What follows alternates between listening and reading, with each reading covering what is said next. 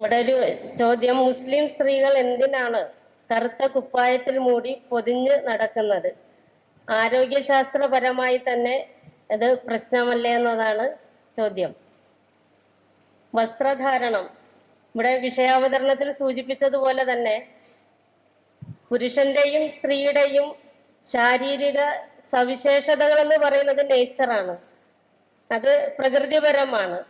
പക്ഷെ വസ്ത്രധാരണം എന്ന് പറയുന്നത് അത് ഏത് രീതി സ്വീകരിക്കണം എന്നത് അവന്റെ കൾച്ചറാണ്, സംസ്കാരമാണ്. ഇവിടെ സൂചിപ്പിക്കുകയുണ്ടായല്ലോ, ദൈവം മനുഷ്യനെ സൃഷ്ടിച്ച് വിടുക മാത്രമല്ല ചെയ്തത്, മനുഷ്യൻ എങ്ങനെ ജീവിക്കണം എങ്ങനെ ജീവിക്കണ്ട എന്ന കൃത്യമായ ഒരു ജീവിതക്രമം അതുകൂടി മനുഷ്യന് പഞ്ചേന്ദ്രിയങ്ങൾക്കപ്പുറം പ്രവാചകന്മാരിലൂടെ ഈ സന്മാർഗ ദർശനം മനുഷ്യന് നൽകുകയുണ്ടായി. ആ പാഠങ്ങളിൽ മനുഷ്യന്റെ ഇവിടെ വിശദീകരിക്കപ്പെട്ടതുപോലെ മനുഷ്യന്റെ കുടുംബം, സമൂഹം, അതേപോലെ ഒരു വ്യക്തി എന്ന നിലയിൽ എങ്ങനെയായിരിക്കണം എന്നതിനെ കുറിച്ച് കൃത്യമായ പാഠങ്ങളും സമർപ്പിക്കുകയുണ്ടായി. ചോദ്യകർത്താവ് ഉന്നയിച്ചതുപോലെ ഏതെങ്കിലും ഒരു നിറമോ അല്ലെങ്കിൽ ഏതെങ്കിലും ഒരു പ്രത്യേക ഡിസൈനിലുള്ള ഒരു വസ്ത്രമോ അതൊരിക്കലും പ്രവാചകന്മാര് മനുഷ്യനെ പഠിപ്പിച്ചിട്ടില്ല. അതിനപ്പുറം കൃത്യമായി സ്ത്രീക്ക് മാത്രമല്ല പുരുഷനും വസ്ത്രധാരണം എങ്ങനെയായിരിക്കണമെന്ന പാഠങ്ങൾ പ്രവാചകന്മാരിലൂടെ നൽകപ്പെട്ടിട്ടുണ്ട്. സ്ത്രീക്ക് സ്ത്രീയുടെ ശാരീരിക സവിശേഷതകൾ പരിഗണിച്ചുകൊണ്ടുള്ള വസ്ത്രധാരണ ക്രമം നൽകി, പുരുഷന് പുരുഷന്റെ സവിശേഷതകളെ പരിഗണിച്ചിട്ടുള്ള വസ്ത്രധാരണ ക്രമം നൽകി എന്നത് മാത്രമാണ്. പ്രകൃതിപരമായി തന്നെ നമുക്കറിയാം, ഇപ്പോ നല്ല വേനൽക്കാലം കഴിഞ്ഞ് നല്ല ചൂടുകാലം കഴിഞ്ഞാണ് നമുക്ക് ഇങ്ങനെ ഒരു മഴ കിട്ടിയത്. ചൂടുകാലത്ത് നമ്മുടെ വീട്ടിലൊക്കെ പുരുഷന്മാരൊരു ഒറ്റ മുണ്ട് ധരിച്ചിട്ട് അവര് പുറത്തിറങ്ങിയിരിക്കും. അതേപോലെ തന്നെ ഒരു സ്ത്രീക്ക് എന്തായാലും ഒരു ഒറ്റ മുണ്ട് ധരിച്ചിട്ട് ഇറങ്ങിയിരിക്കാൻ പറ്റില്ലല്ലോ. സ്ത്രീയുടെ ശാരീരിക സവിശേഷത തന്നെ പ്രകൃതിപരമായി കൂടുതൽ വസ്ത്രം ആവശ്യപ്പെടുന്ന ശാരീരിക സവിശേഷതയാണ് സ്ത്രീകൾക്കുള്ളത്.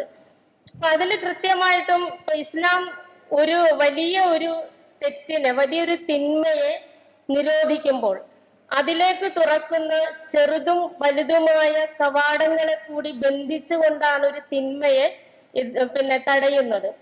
വ്യഭിചാരം എന്നത്, അല്ലെങ്കിൽ പരസ്ത്രീ ഗമനം എന്നത്, അല്ലെങ്കിൽ പരപുരുഷ ബന്ധം എന്നത് ഇവിടെ സൂചിപ്പിക്കുകയുണ്ടായി. കുടുംബം എന്നതിന് ഏറെ പ്രാധാന്യം, മനുഷ്യ ശരീരത്തിൽ ഹൃദയത്തിനുള്ള അത്ര പ്രാധാന്യം ഒരു സമൂഹത്തിൽ കുടുംബം എന്ന ഘടനയ്ക്കുണ്ട്. അതുകൊണ്ട് തന്നെ ഈ വിവാഹേതര ബന്ധങ്ങളെ അത് കൃത്യമായി തന്നെ അരുത് എന്ന്, നിഷിദ്ധമാണ് എന്ന് പഠിപ്പിച്ചിട്ടുണ്ട്. സ്വാഭാവികമായിട്ടും അത്തരം അധാർമികതകളിലേക്ക് മനുഷ്യനെ നയിക്കുന്ന ഒരുപാട് ഘടകങ്ങളെ നിയന്ത്രിച്ചപ്പോൾ അതിന് തുടക്കം എന്നുള്ള നിലയിൽ പുരുഷന്മാരോട് ദൃഷ്ടി താഴ്ത്തണമെന്ന് കൽപ്പിച്ചിട്ടുണ്ട്. സ്ത്രീയെ നിങ്ങൾക്ക് സാധാരണ നിലയിൽ നിങ്ങൾക്ക് നോക്കുന്നതോ നിങ്ങൾ സംസാരിക്കുന്നതോ ഒക്കെ ആവാം, അതിനപ്പുറം അവളെ ആസ്വദിക്കാൻ മാത്രമുള്ള നോട്ടം നിഷിദ്ധമാണ് എന്ന് പഠിപ്പിച്ചിട്ടുണ്ട്. അങ്ങനെ മനസ്സ് സ്വന്തം വികാരങ്ങൾ അങ്ങനെ പ്രേരിപ്പിക്കുന്നുവെങ്കിൽ കണ്ണ് താഴ്ത്തണമെന്നാണ് പുരുഷനോട് കൽപ്പന. അതേപോലെ തന്നെ ഉള്ളൊരു കൽപ്പന തന്നെയാണ് സ്ത്രീകളെ സംബന്ധിച്ചിടത്തോളം അവര് പുറത്ത് അന്യരുമായി ഇടപെടുമ്പോൾ മുഖവും മുൻകൈയും ഒഴികെ മറ്റെല്ലാം മറയ്ക്കണം. അതിന് പറുത വേണമെന്നോ കറുത്ത തുണി വേണമെന്നോ ഒന്നും ഒരു നിർബന്ധവുമില്ല. ഇവിടെ തന്നെ നിങ്ങൾക്ക് കാണാവുന്നത് പോലെ പല പാറ്റേണിൽ വസ്ത്രം ധരിച്ച ആളുകളുണ്ട്, പല കളറുകളിൽ ധരിച്ചതുണ്ട്.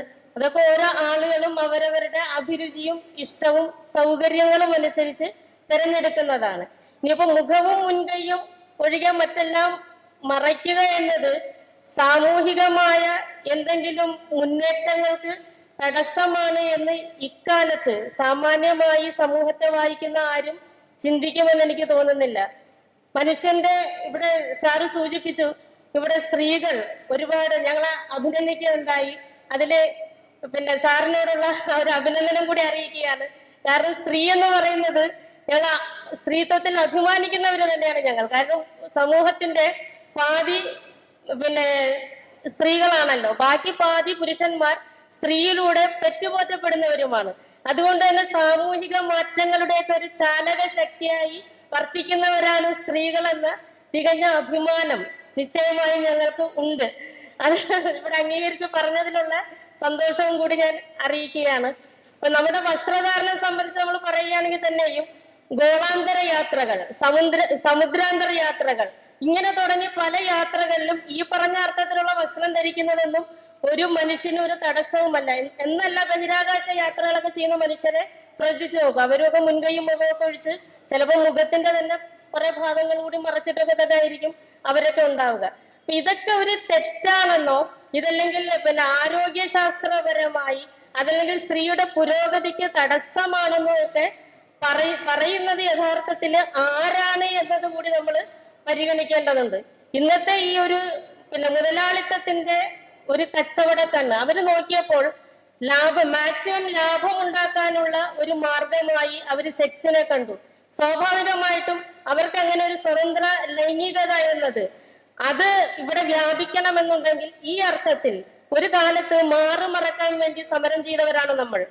ഇപ്പോ മാറ് തുറന്നിടാനുള്ള സമരത്തിലാണ് എന്ന ഒരു അധോഗതിയിലേക്കാണ് നമ്മൾ വന്നിട്ടുള്ളത് എന്ന് തിരിച്ചറിയേണ്ടതുണ്ട്. അവരെ സംബന്ധിച്ചിടത്തോളം വസ്ത്രത്തിൽ നിന്ന്, കുടുംബത്തിൽ നിന്ന് ഒക്കെ മനുഷ്യർ, അതുപോലെ ധാർമ്മികതയിൽ നിന്നൊക്കെ മനുഷ്യരെ സ്വതന്ത്രരാക്കിയാലേ അവരുടെ ഈ ലക്ഷ്യം സാധ്യമാവുകയുള്ളൂ. അപ്പൊ അതുകൊണ്ട് തന്നെ ആ അർത്ഥത്തിലാണ് അവർ ഈ പറയുന്ന സംഗതികളൊക്കെ പ്രോത്സാഹിപ്പിക്കുന്നത്. അതിന് പല പല സുന്ദരമായ പേരുകൾ, സ്വാതന്ത്ര്യം, സമത്വം, ജെൻഡർ പൊളിറ്റിക്സ്, അങ്ങനെ തുടങ്ങുന്ന കുറെ വാക്ക്, ജെൻഡർ ന്യൂട്രാലിറ്റി എന്നൊക്കെ തുടങ്ങുന്ന കുറെ മനുഷ്യന് ആകർഷകമായ വാക്കുകളിലൂടെ യഥാർത്ഥ ലക്ഷ്യത്തെ അവർ മറച്ചു വെക്കുന്നു എന്നുള്ളതാണ്. ചുരുക്കി പറഞ്ഞാൽ വസ്ത്രധാരണം എന്നത് മനുഷ്യന്റെ സംസ്കാരമാണ്. അത് മുഖവും മുൻകൈയും ഒഴികെ മറ്റെല്ലാം മറയ്ക്കുക എന്നത് പ്രവാചകനിലൂടെ പഠിപ്പിക്കപ്പെട്ട ഒരു മുസ്ലിം എന്ന് പറയുന്നതിന്റെ അർത്ഥം ദൈവത്തെ അനുസരിക്കുന്നു എന്നാണ് ആ വാക്കിന്റെ അർത്ഥം തന്നെ. വസ്ത്രധാരണ രംഗത്ത് ദൈവത്തെ അനുസരിക്കുന്നു എന്ന് മാത്രമേ അതിനാച്ചുള്ളൂ. അതാണ് അവന്റെ ആ കൾച്ചർ, അവളിലൂടെ പ്രകടമാകുന്ന ആ കൾച്ചർ. ഞാൻ വസ്ത്രധാരണ രംഗത്ത് ദൈവത്തെ അനുസരിക്കുന്നു. ആ ദൈവത്തിനെ അനുസരിക്കുന്നതിന്റെ രീതിയിൽ പർദ്ദയോ ചുരിദാറോ സാരിയോ മറ്റേതെങ്കിലും ടോപ്പും മറ്റേതെങ്കിലും തരത്തിലുള്ള വസ്ത്രധാരണങ്ങളോ ഒക്കെ ആകാവുന്നതാണ്. കളറും ഇഷ്ടാനുസരണം ആകാവുന്നതാണ്. അതിനെന്തെങ്കിലും ആരോഗ്യ പ്രശ്നങ്ങൾ ഉള്ളതായിട്ട് ശാസ്ത്രീയമായിട്ട് തെളിയിക്കപ്പെട്ടിട്ടില്ല എന്നാണ് എന്റെ ഇതുവരെയുള്ള അറിവ്.